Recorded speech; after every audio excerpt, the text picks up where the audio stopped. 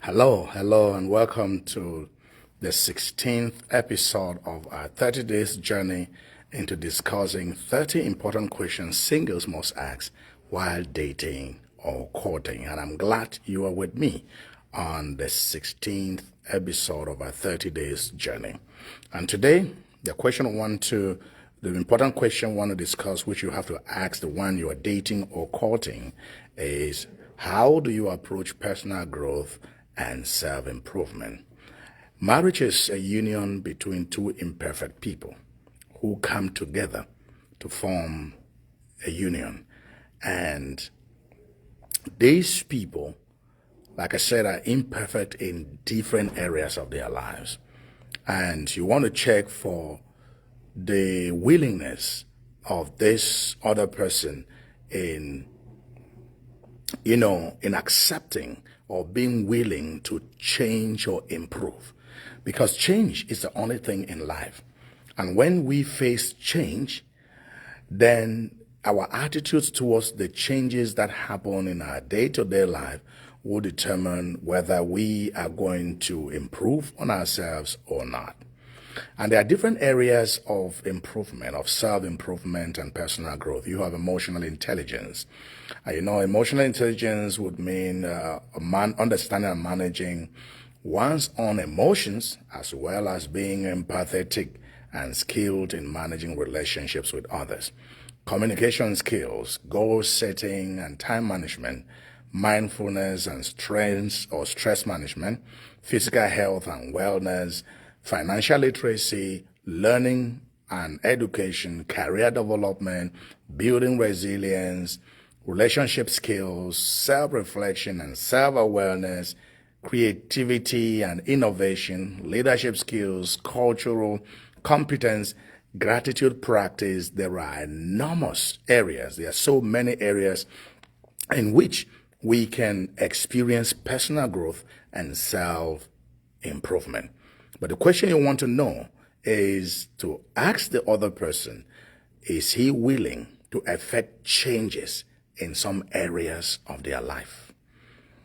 One of the greatest assets you will find in anyone you want to marry would be the ability to understand their emotions, understand their feelings, and also be empathetic with you to understand your own feelings. And here, you want to check for their willingness to change and adapt, because life is full of surprises and things happen. And when things do happen, how will they adapt to those situations? How are they going to work on themselves to improve those areas of their lives that, right now you don't think is the best? Because, of course, you are not marrying an angel, or you are not in a relationship with an angel, and you yourself, you are not an angel. But the question is, are you willing to work on yourself? Are you willing to experience self-improvement? Are there areas in your life you're willing, to work on? Because without willingness to change, without willingness to improve, you find yourself in a situation where you will have issues, and each person is defending their positions, defending their opinions, defending their perspective, and nobody is willing to improve, nobody is willing to adjust, nobody is willing to change. And such situations will only lead to worse conflict in relationship. You want to understand if that person cares about self-improvement. And like I said, improvement is in many areas. Some people might have to improve just on their how they package themselves. Some might have to improve on their education and learning. Some might have to improve on how they approach, they approach in their relationship skills. Some may want to, improve, or may have to improve in their self-awareness. Do they really know who they are? Do they master their triggers? Do they know the things that turn them off or turn them on? Do they know those things that would, irritate them, or things that would make them go wild? What is it that they have to think about? When it comes to financial literacy, do they really know how to manage money? Do they know how to manage their career. It's one thing working and it's another thing managing your career. Are they able to improve on themselves? Marrying someone who refuses to improve on themselves is a willingness. It's a willingness on your part to accept that person the way they are the rest of their lives. And that is why I keep telling singles, before you marry, you must ask some important questions, some key questions. And if you have somebody who keeps telling you, that's how I am, that's how we are, that is how when I'm this, then I have to be that, that proves an unwillingness, a lack of willingness to change, lack of willingness to improve on themselves, lack of willingness to grow in that area of their lives. And it is for you to ask yourself the honest question, if you're going to accept them like that for the rest of your life. And this is what happens. Things you overlook, weaknesses you overlook in courtship, they will be magnified in marriage. And that is why before you accept anything in courtship, you must ask yourself if you are ready to accept that thing the rest of your life. Things you are uncomfortable with in courtship, you should address them as much as possible to that point where you feel satisfied, you feel convinced that something has been done about it, or you know that you can adjust to accept what is happening. Now, this the thing some people do. When they get into a relationship, they accept just anything. No, babe is fine. Darling is good. Sweeties, they already call themselves pet names and, or those nicknames or those good names. I don't know what your English tells you to call it. And, they keep using those things. So it's okay. I love you more than, I will love you to the moon and back. I will love you to the heavens and back. And those are moments of excitement. Those are moments when our emotions take a better part of us. And marriage is not for people who go into it just with emotions. You have to go with knowledge. You have to go with understanding. You have to go with information. You have to do proper planning. You have to do your foundational work so that before you say, yes, I do, you really mean and you really understand what you are talking about.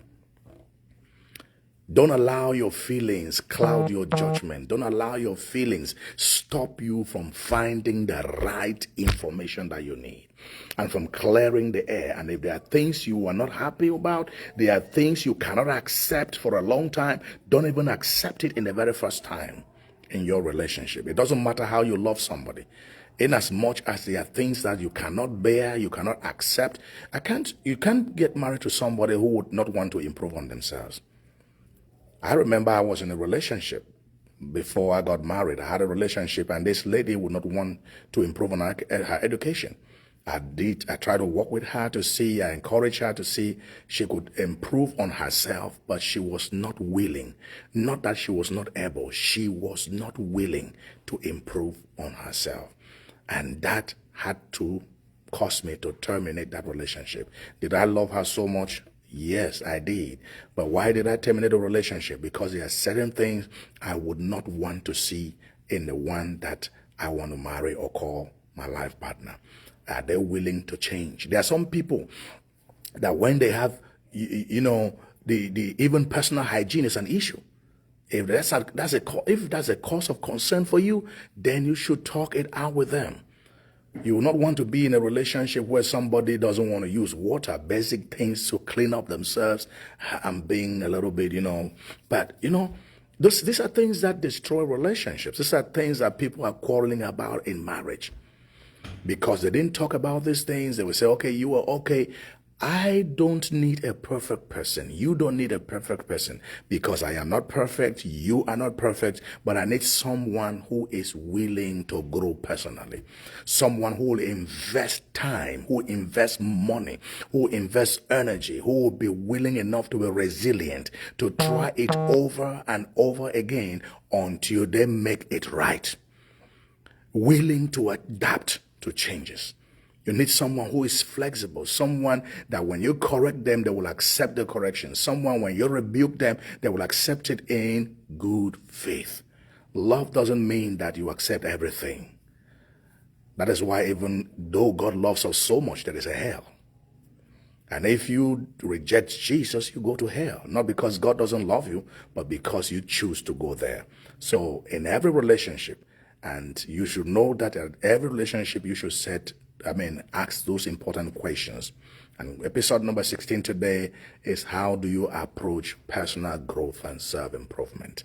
Some people, as you see them this year, the next 10 years, they are the same way. They are not thinking about self-improvement in their physical appearance, in their finances, in their academics, in business. They are doing nothing to improve. They are that same way all the time. They are not God. God is the only person that doesn't change. Why? Because he is perfect.